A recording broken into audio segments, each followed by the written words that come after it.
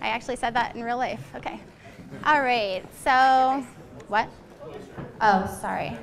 I'm mic'd up double time up here, so I'm really a little thrown off. So over the last few weeks, I've obviously been thinking about what I wanted to say tonight. And as I think about it, I'm obviously reminiscing on memories and thinking about when our friendship began. And, okay, I'm going to try not to cry, but no promises.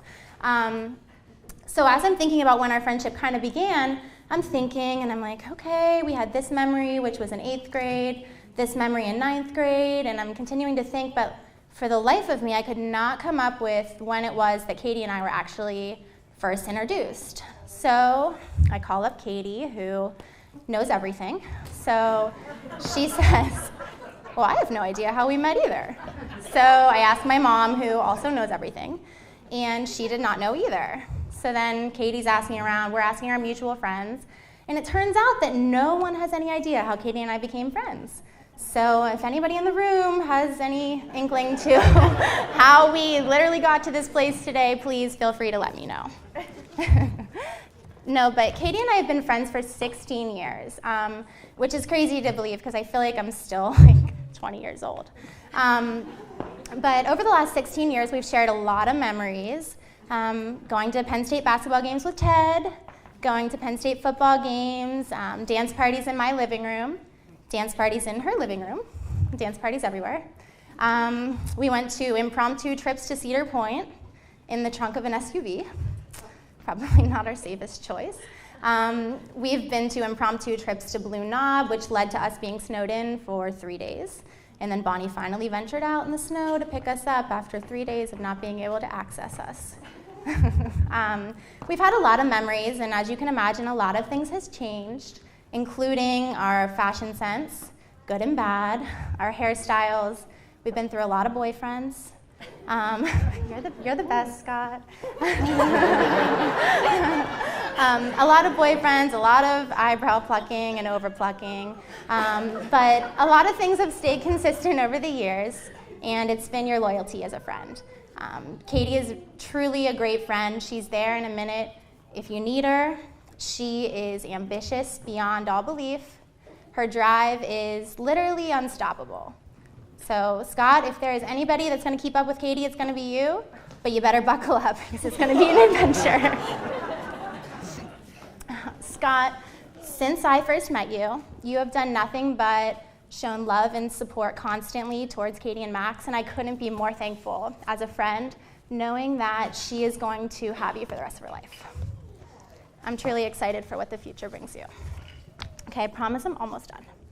Okay, so since I've been doing this a little longer than you, I know you know how to handle Katie mostly, but I figured I would prepare some tips for you just in case.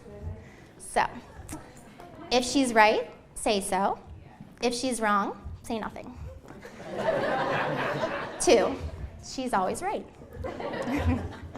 3, congratulations, because in addition to the title of husband, you've also been promoted to permanent lifetime photographer. 4, Meadows ice cream is always a good idea. 5, when in doubt, just bring home another dog. And 6, I'm only a phone call away. If she needs a hard dose of the truth, just pick up the phone.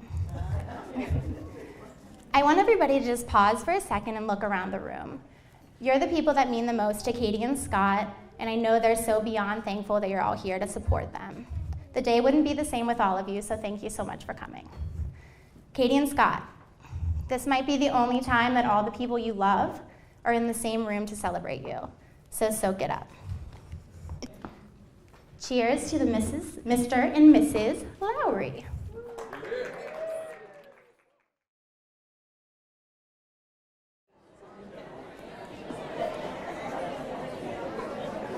So, I was told there was going to be a big surprise tonight, and if you didn't know, Katie recently got Scott to join a choir. So, I was hoping Scott was going to do a solo for everyone to show off his singing. No? Well, I'm keeping my fingers crossed. Anyways, for those of you who don't know me, my name is Eric. I am Scott's little brother and the best man. If you know me, I'm not the best public speaker and tend to mumble.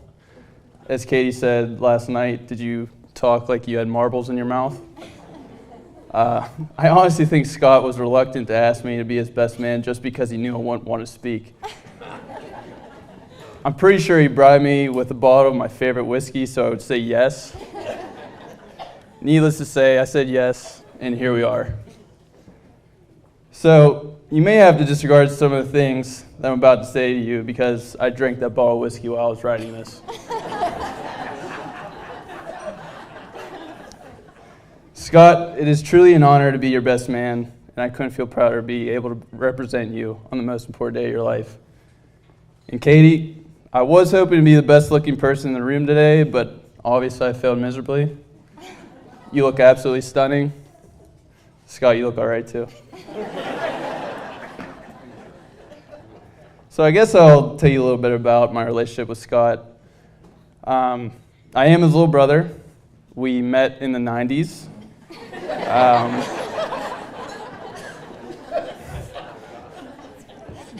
Growing up, we became this team that was constructed just to torment my sister Brooke. I can't remember all the details of our battles, but I remember a lot of cursing and obscenities coming from her mouth. In the heat of these battles, my sister wove a tapestry of obscenities that, as far as we know, is still hanging in space over Westmont. That was for you, Scott. As we grew up, our team of terror against my sister turned into somewhat of a rivalry against each other. And this so-called rivalry was pretty much him just beating the crap out of me. Being the much older and larger brother, he used to pulverize me. My only chance of survival was yelling for my mom or dad, but unfortunately, he would lure me up to the third floor where none of them could ever hear my cries for help. And I forgot to mention, he is the more intelligent brother. As the years went by, I thought the rivalry was dying down and a possible friendship was beginning. But I guess I was mistaken, because the one year him and his friends handcuffed me to a telephone pole a few hundred yards away from my house and left me alone crying my eyes out and traumatized. Brutal. Regardless of the beating, Scott, I've always looked up to you and I've always wanted to be like you. You're intelligent, hilarious, and even with all your vulgarity, you have such a kind heart. You're my big brother, one of my heroes. I love you, big guy. Katie, you make my brother happy, and I thank you for that. He's an awesome guy, and to me, he's the best person you can have by your side. I'm so happy you two found each other. And may your marriage be filled with laughter and love, and may you have all the happiness in the world. You two deserve it. Sorry. Now, if everyone could raise their glass, I'd like to propose a toast. Here's to the new Mr. and Mrs. Lowry.